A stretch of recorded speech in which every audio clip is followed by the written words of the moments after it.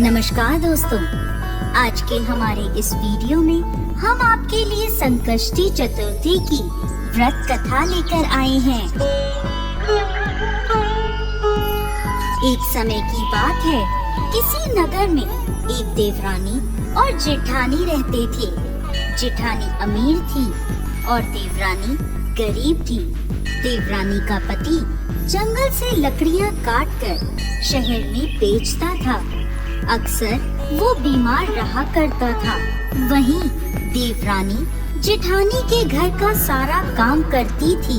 बदले में जेठानी बचा हुआ खाना, पुराने कपड़े आदि उसे दे देती थी, जिससे देवरानी का परिवार चल रहा था। माघ के महीने में देवरानी ने तिल चौथ का व्रत किया। 5 रुपए के तिल व गुड़ लाकर तिलकूटा बनाया। पूजा करके तिल चौथ की कथा सुनी और तिलकूटा छीके में रख दिया और सोचने लगी, चांद उगने पर तिलकूटे का भोग लगाकर ही कुछ खाऊंगी। कथा सुनकर वो अपनी जेठानी के घर चली गई। खाना बनाकर उसने जेठानी के बच्चों से कहा, खाना खा लो। तो बच्चे बोले, जब माँ खाएगी हम भी तभी खाएंगे। फिर उसने अपने जेठ से खाना खाने को कहा तो वह भी बोले, मैं अकेला नहीं खाऊंगा, सबके साथ ही खाऊंगा। जेठानी ने देवरानी से कहा, आज तो घर में अभी तक किसी ने खाना नहीं खाया, मैं तुम्हें पहले खाना कैसे दे दूं? तुम कल सुबह जल्दी ही बचा हुआ खाना ले जाना। देवरानी के घर पति और बच्चे सभी आस लगाए बैठे थे कि आज तो त्योहार है, माँ आएगी तो पकवान आदि खाने को मिलेंगे। परंतु जब बच्चों को पता चला कि आज तो सूखी रोटी भी नहीं मिलेगी, तो बच्चे रोने लगे। उसके पति को बहुत गुस्सा आया। कहने लगा, सारा दिन काम करके 2 रोटी भी नहीं ला सकती तो काम करने का क्या फायदा? ऐसा कहकर गुस्से में उसने अपनी पत्नी को कपड़ा धोने के डंडे से मारा। डंडा टूट गया तो उसने उसे पट्टे से मारा। वो बेचारी गणेश जी महाराज को याद करती रोती रोती पानी पीकर सो गई। उस दिन गणेश जी महाराज उसके सपने में आए और बोले, धोवना मारी, पाटा मारी, सो रही है या जाग रही है? वो बोली, कुछ जाग रही हूँ, कुछ सो रही हूँ। तब गणेश जी बोले, मुझे भूख लगी है, कुछ खाने को दो। तब वह बोली, क्या दूं? मेरे घर में तो अन्न का एक दाना भी नहीं है। थोड़ा सा पूजा का तिलकूटा छीके में पड़ा है, आप वो खा लें। तिलकूटा खाकर गणेश जी बोले, धोवना मारी, पाटा मारी, निपटाई लगी है, कहाँ निपटूं? वो बोली, ये पड़ा घर, जहाँ इच्छा हो निमट लो। फिर गणेश जी बोले, अब कहाँ पोंछूं?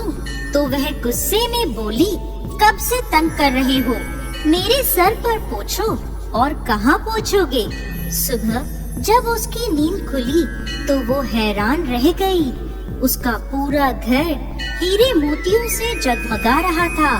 उसके माथे पर हीरे मोती जगमगा रहे थे। उस दिन वो जेठानी के यहाँ काम करने नहीं गई।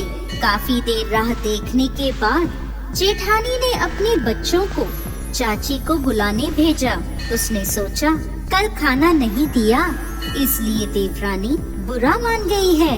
बच्चे बुलाने गए और बोले, चाची चाची चलो, माँ ने बुलाया है, सारा काम पड़ा है। तब देवरानी बोली, बेटा बहुत दिन तुम्हारी माँ के काम कर लिया, अब तुम अपनी माँ को मेरे यहाँ काम करने भेज दो। बच्चों ने घर जाकर अपनी माँ को सारी बात बताई कि चाची का घर हीरे मोतियों से जगमगा रहा है। जेठानी दौड़ती हुई देवरानी के घर पहुँची और बोली, ये सब कैसे हुआ? देवरानी ने गणेश जी महाराज की सारी लीला जेठानी को बता दी। घर लौटकर जेठानी अपने पति से बोली, आप मुझे धोवने और पाटे से मारो। उसका पति बोला, अरे भली मानस, मैंने तो आज तक कभी तुम्हें नहीं मारा, अब मैं तुम्हें कैसे मार सकता हूँ। लेकिन वो नहीं मानी और जिद करने लगी। मजबूरन उसके पति ने उसे खूब मारा। जेठानी ने खूब सारा घी डालकर चूरमा बनाया और छीके में रख कर सो गई। रात को चौथ विनायक जी सपने में आए और बोले, भूख लगी है, क्या खाऊं? जेठानी बोली, गणेश जी महाराज, जेठानी के यहाँ आपने सूखा तिलकुटा खाया था, मैंने तो मेवे और देसी घी डालकर चूरमा बनाया है, छीके में रखा है, खा लीजिए। अब गणेश जी बोले, कहाँ निपटूं?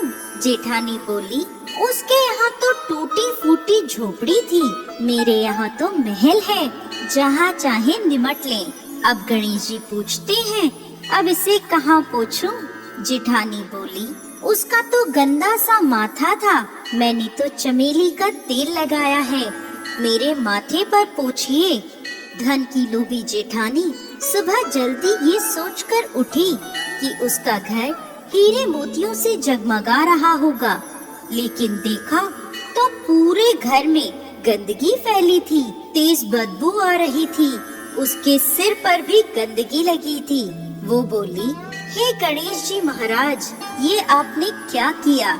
मुझसे रूठे और देवरानी पर टूटे। जेठानी ने सफाई करने की बहुत कोशिश करी, परंतु गंदगी और फैलती गई।